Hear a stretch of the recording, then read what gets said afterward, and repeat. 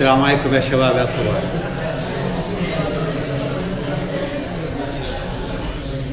ليش واقفين بالباب؟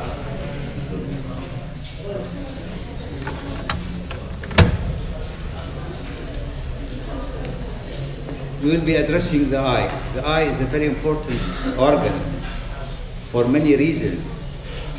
In addition to seeing with it, connected to the brain by extension of the optic nerve.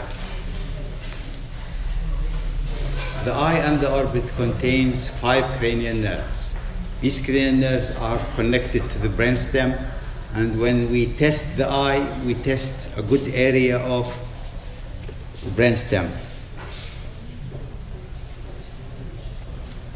We doctors use our brain a lot. In fact, we get tired because of using our brain so much. And we need continuous development. Everybody needs continuous development. And therefore, doctors are self-learners. You learn all your life. You teach yourself. And so do you at this point of time. Even when you get older, you always study, being prepared for what? For the future. We are preparing you for the future.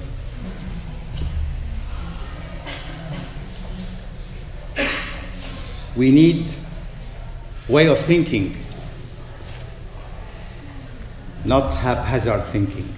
We need a way of thinking. ليش بطلت؟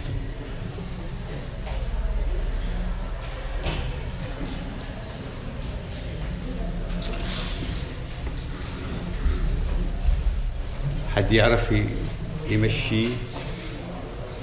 تعال يا حسام.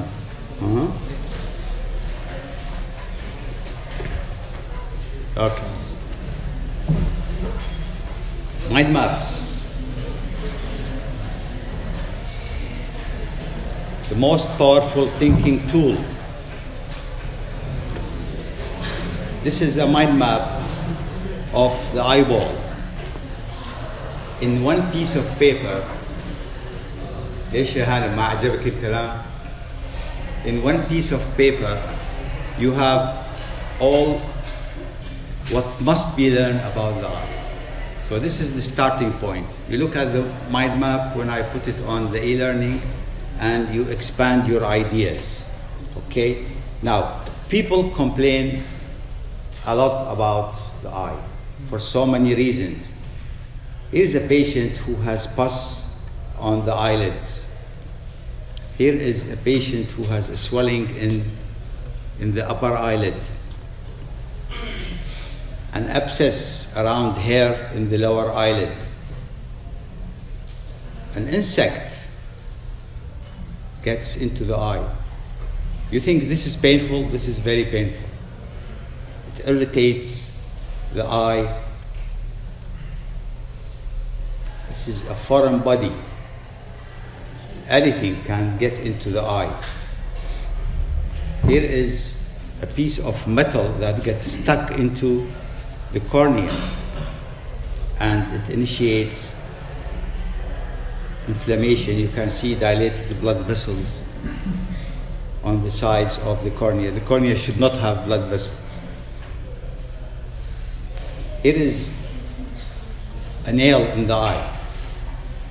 You know, carpenters, they use guns to put nails into the wood, and sometimes they make fun of it, and the nail went into the eye.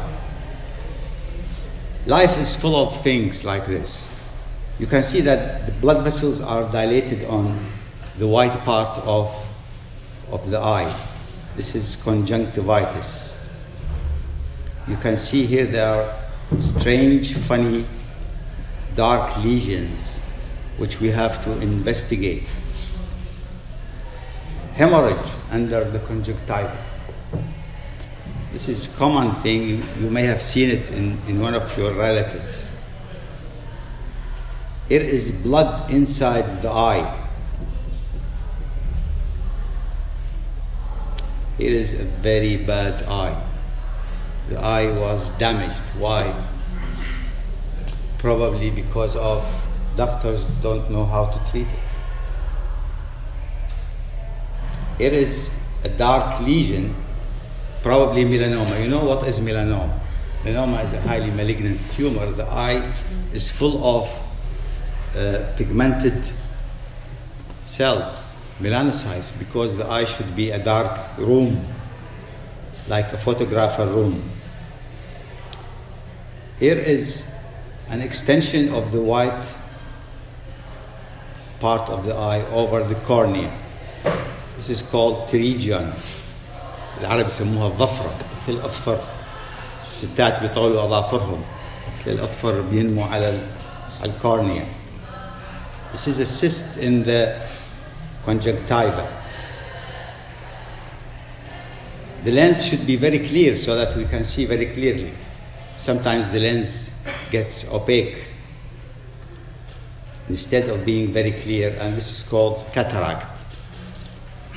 العرب يسموه المي الأبيض. This is a very bad cornea.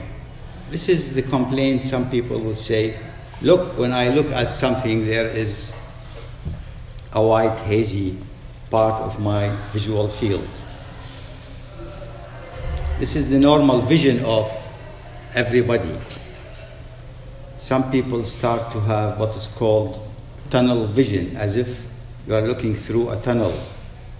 This is because of increased intraocular pressure. Some people will come to you and say, look, as if there is a drape coming on my visual field, and I can see flying things around. This is because the retina has detached. These are the symptoms people will come to you complaining of. So what's happening in the eye? What's happening? This is the way we deal with it. We ask questions.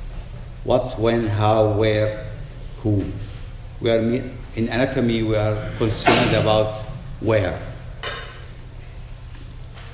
Here's a CT scan showing you that the eyeball is almost a perfect circle. But if you look anteriorly, you find it a little bit different. So the anterior part of the eye structures are modified. Here is a coronal showing you that the eye is a perfect ball. This is a sagittal of the orbit. You can see that the eye is almost a perfect ball, and the anterior part is a little bit different. After studying the structure of the eye, here is a drawing. Now this is the optic axis, anterior, posterior. This is the anterior pole, which is going to be different from the rest of the eyeball. This is the equator, خط الاستواء, meridian, and posterior pole. You can see that the optic nerve does not come out through the optic axis. It is a little bit medial. If you look at the eye of a person or a patient, you are not going to see the eyeball. You are going to see what is visible of the eyeball. And this is what the part here is what you are going to see. So what are the visible parts of the eye? This is what we see of the eye. Medial angle is called medial canthus. Lateral angle is called lateral canthus. There is a whitish, pinkish, triangular structure on the medial canthus is called caruncle, and then there is a fold of conjunctiva what lines the eyelids and and the visible part of the eye is called plica semilunaris, a fold like quarter of a moon. The iris is the colored part of the eye of what we see, and in the middle there is a dark hole. It looks black because it's a window to a dark room, so you see it black. And the limbus is the line joining that's the sclera, the white part, joining the cornea and the iris.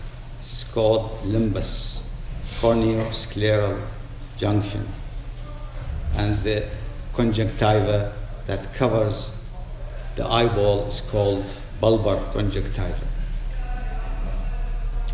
Let's look at the eyelid. The conjunctiva is a mucous membrane, smooth, translucent, covers the inside of the eyelid, upper or lower. When it reaches its upper limit, it gets folded. This is called fornix, and then starts to cover the anterior part of the eyeball and stops at the beginning of cornea.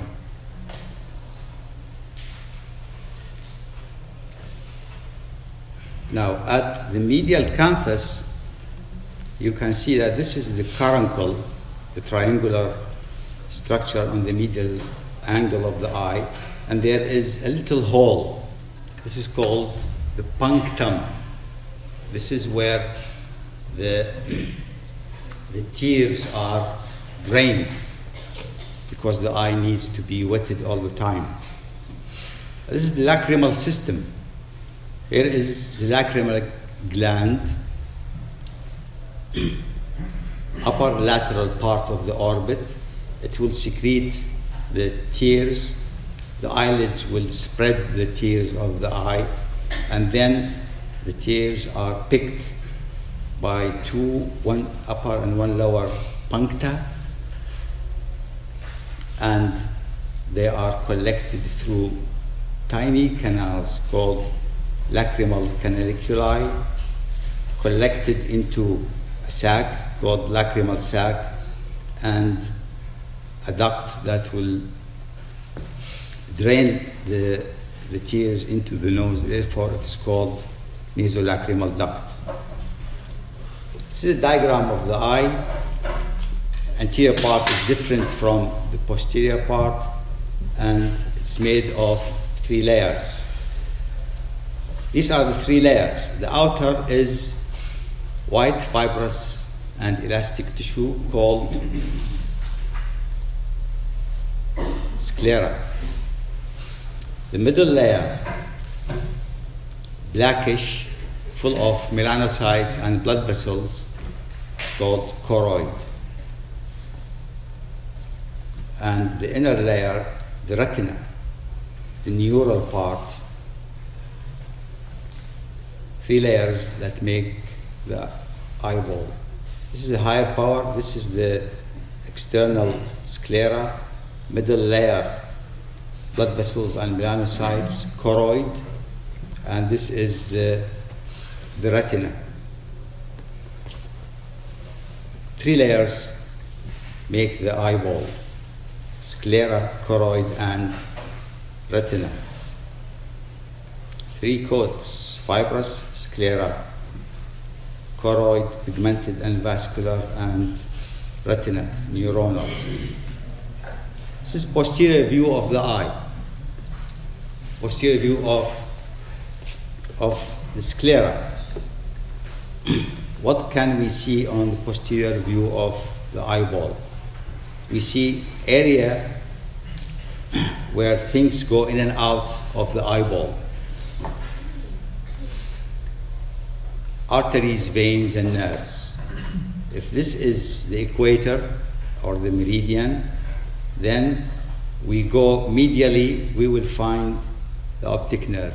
The optic nerve does not come from exactly posterior part of the eyeball. It comes out medially. Arteries, veins, and nerves, muscle insertions, because the eyeball has to move. Therefore, muscles come from the orbit, inserts on the eyeball. And this area of things going in and out is called lamina cribrosa. If we take the sclera out, we're going to see the choroid, which is full of blood vessels, very vascular. Now, in this sketch of the eye, we're going to see the anterior part of the sclera, the outer coat.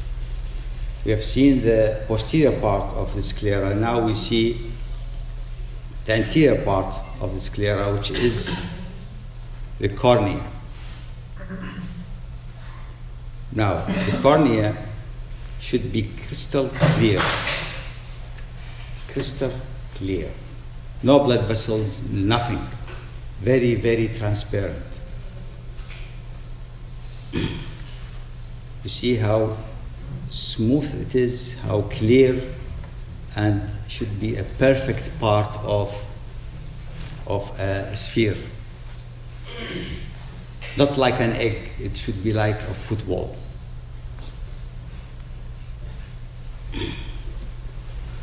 This is a histological section of the area of the anterior part of the eye. This is the cornea. And this is the conjunctiva. The conjunctiva does not continue over the cornea. Now it stops and the cornea begins, although they are of the same tissue, stratified, non-keratinized squamous epithelium. Conjunctiva stops at the limbus. The limbus is corneoscleral junction. There's a space under the conjunctiva, and if there's hemorrhage, the hemorrhage will stop at the limbus. Okay? Here's a patient who has bleeding under the conjunctiva. The bleeding does not spread over the cornea, stops at a very sharp edge. Now the limbus is the point of junction between the cornea and conjunctiva. It's called the limbus corneoscleral junction. In older people, the limbus gets wider. This is called arcus sinalis, wider limbus. Now, what is this? This is histology of cornea and conjunctiva. This is the cornea, and when it becomes thicker, it is the conjunctiva. Sometimes the conjunctiva spreads over the cornea. This is a bad cornea. It should be crystal clear. This is not crystal clear. This is a very bad cornea. Neglected, very bad cornea. Yani, the person cannot see through this. Just like the dimmed glass used in bathrooms so that people cannot see through it. Is this normal cornea? The answer is no, because you can see that blood vessels are over the cornea. There's a stimulus for blood vessels to come here, so there is some pathology.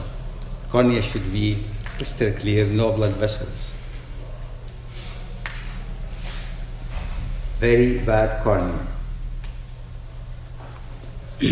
What is the cornea made of? It's made of 5 layers. Epithelium, to the outside, epithelium needs a membrane. This is called Bowman's membrane, and then most of the thickness is made of stroma, fibrous tissue. Then decimate membrane, and there's an endothelium on the inside.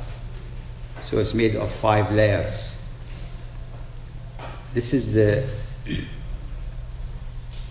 cornea, this is the Bowman's membrane. Some people have problems with Bowman's membrane because it's made of protein, and if they have some immune reaction, and then this membrane can be destroyed, and the result is bad on the cornea.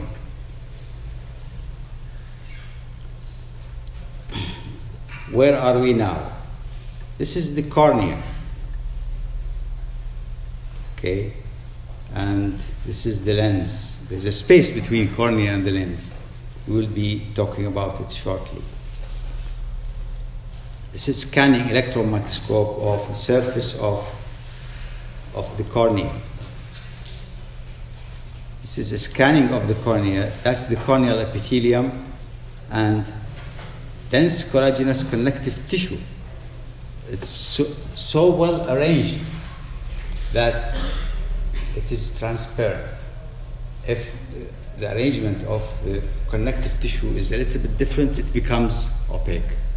Very well arranged. No blood vessels in the cornea.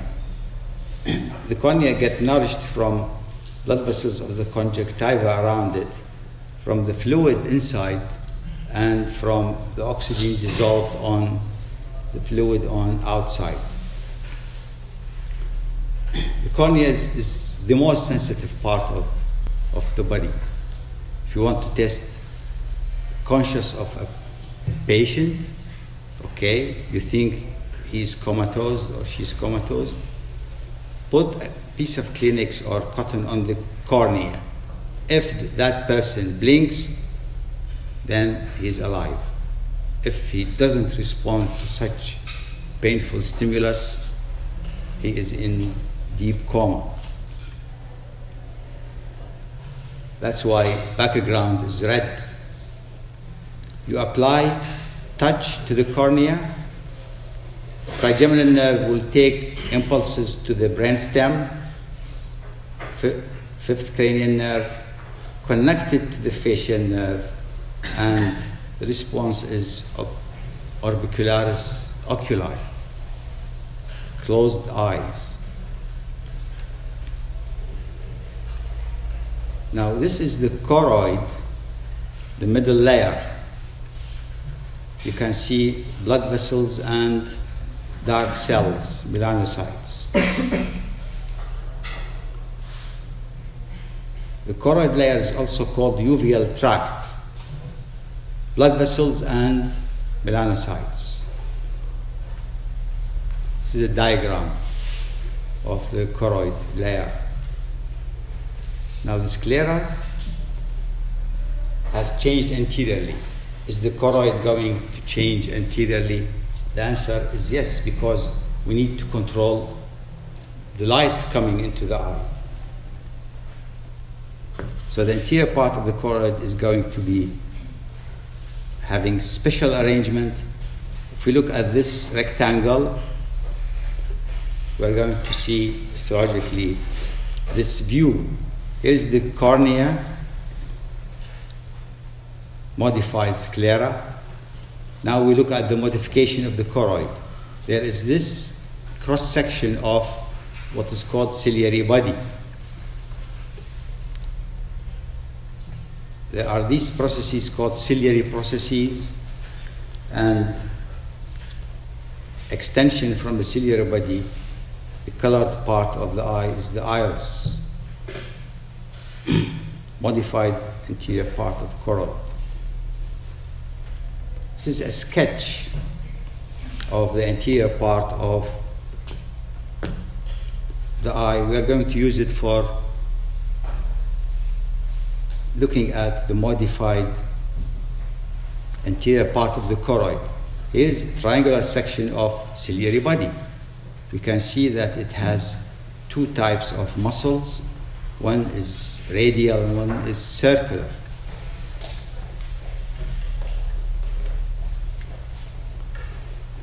If we look at this CT scan,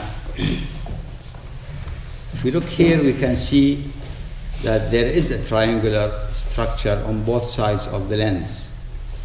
Okay, this is the ciliary body.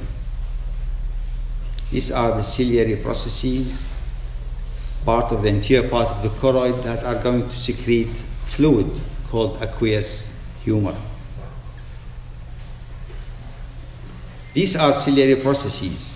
Ciliary processes, they do not only secrete aqueous humor, they attach the lens 360 degrees by very fine ligaments, zonules. Is the cross-section of the iris. We can see that this is the radial muscle.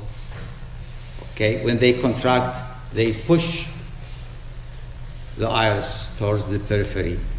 And here are the circular muscles.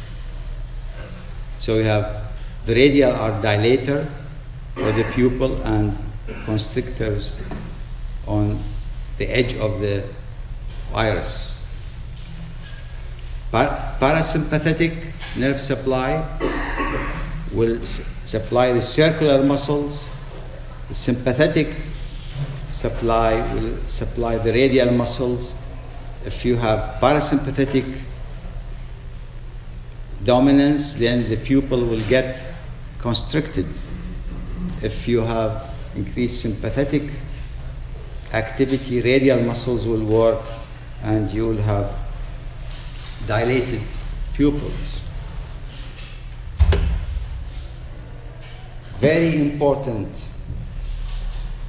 reflex, which is called direct pupillary reflex.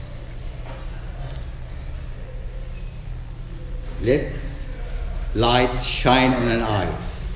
The pupil should what? Should constrict. The iris should constrict the pupil to protect the eye. And it works this way. You apply light to the eye, the optic nerve will sense the light, it will go to the pretactile nucleus and then stimulate the Edinger-Westphal nucleus of oculomotor, which is going to send fibers to the ciliary ganglia, and the pupil will constrict. This is parasympathetic pathway. What if you receive this patient? The first question is he alive? And how conscious is he? So the first steps you should do is what? Examine pupillary reaction to test the brainstem. Brainstem contains the vital centers in both eyes. If both eyes are fixed and dilated, apply light.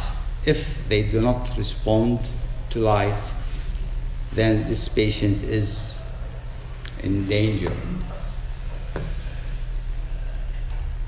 This is the action of ciliary muscles. The physiologist will tell you when they tell you about accommodation, the shape of the lens is going to change to focus the image.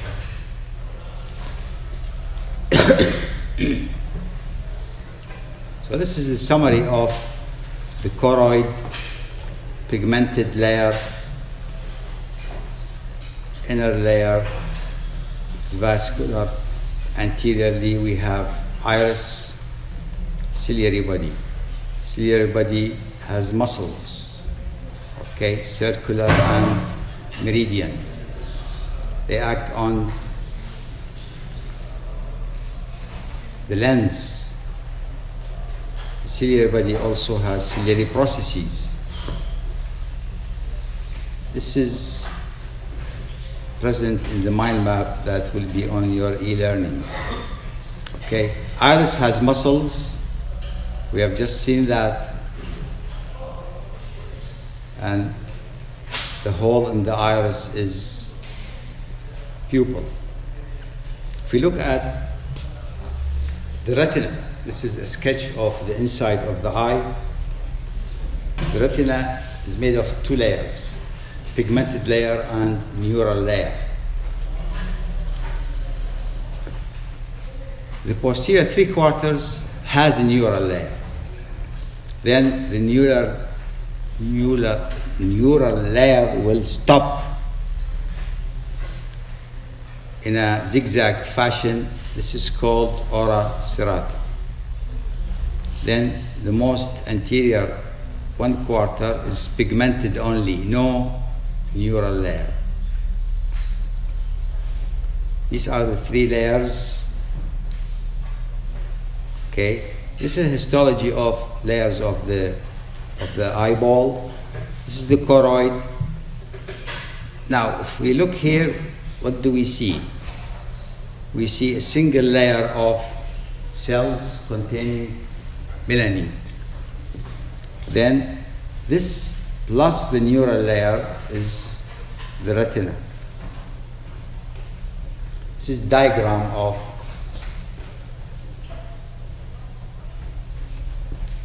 the basic layers of the retina. This is the pigmented layer. This layer here is the layer of rods and cones, the receptors for light. It has nuclei. See, rods and cones are cells. Then the middle layer we have neurons. They are called bipolar neurons. And then ganglionic neurons. Ganglionic neurons will make the optic nerve. So the story starts here. Light goes through the retina down to the outer layer. Then things get processed, changed from light into action potential, and the ganglionic layer will send axons to make the optic nerve. These are rods and cones, nuclei and discs, stack of discs. This is scanning electron microscope of rods and cones. If we look to the inside of the eye, which is a very important, it's called fundoscopy or retinoscopy. We have to see the optic disc because the optic disc is so important. Okay, you can see this circle here, and there's a dark structure here. This is the head of the optic nerve. Okay, this is the very shiny center is called optic cup or physiological cup. And then you see the little bit darker area. It's called the macula, and in the center, even darker, this is called fovea. Fovea is the area of maximum vision. The image should fall on fovea. So this is the optic disc. This is the optic cup, 1/3 of the optic disc.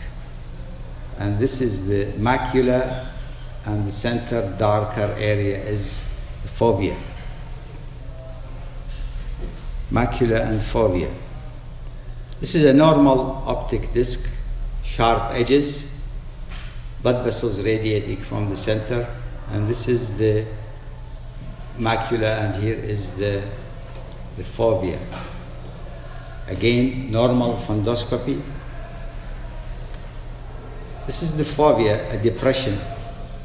Okay, very nice looking choroid, and the retina gets thinner in the fovea. Special stain for the fovea. This is bad macula.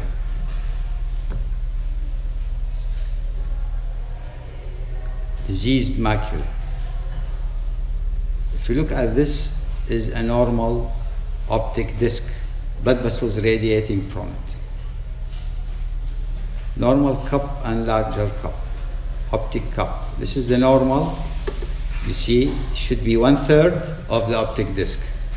And this is more than 1/3. This is happening when intraocular pressure increases.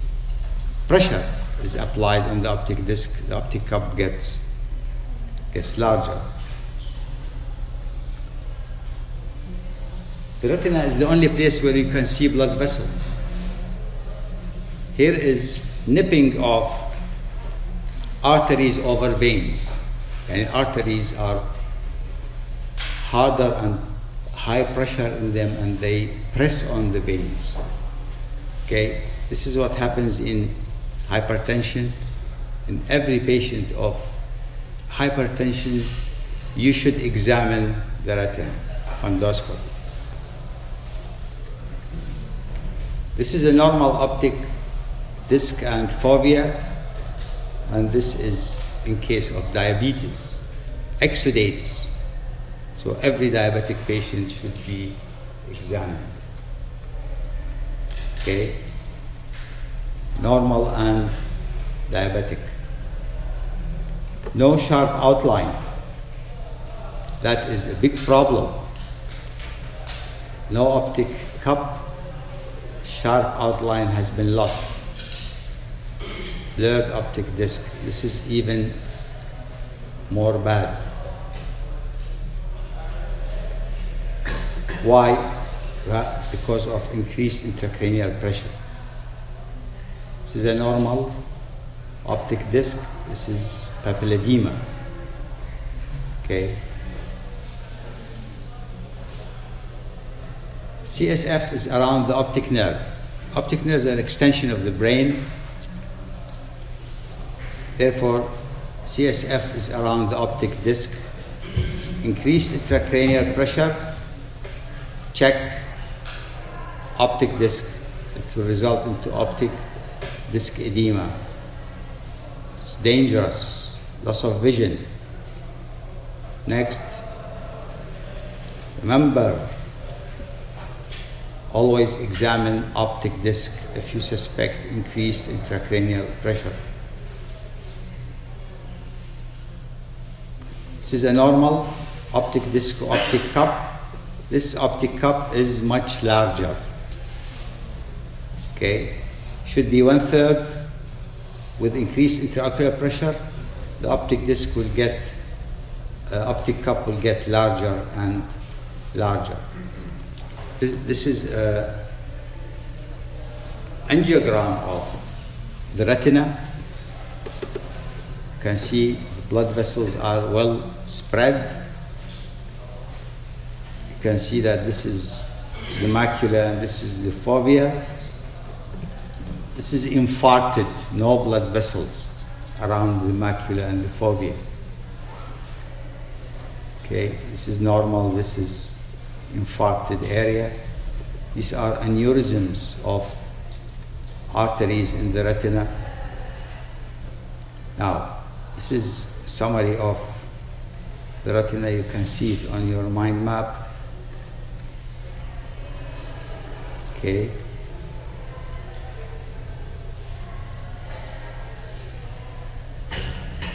The optic nerve is an extension of the brain.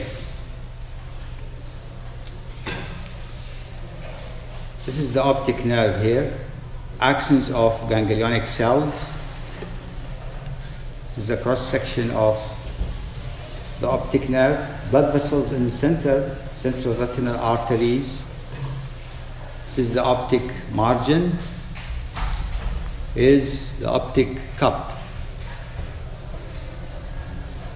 This is subarachnoid space, bringing CSF from the brain down here, because the optic nerve is an extension of the brain. That's the optic disc, optic cup, blood vessels. This is the optic disc, this is the optic nerve, and the subarachnoid space is extending down to here.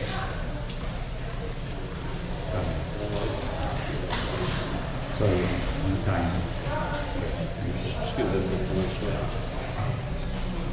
Just 1 minute, okay?